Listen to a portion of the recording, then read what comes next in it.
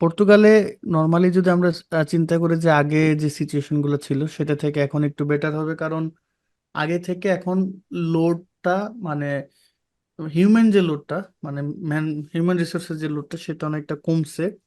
আর তাদের যে লাস্ট যে আমাদের আমাদের পডকাস্ট যারা দেখেন না সেটা দেখে আসতে পারেন, ওখানে আমরা নতুন রুলস নিয়ে কথা বলছিলাম।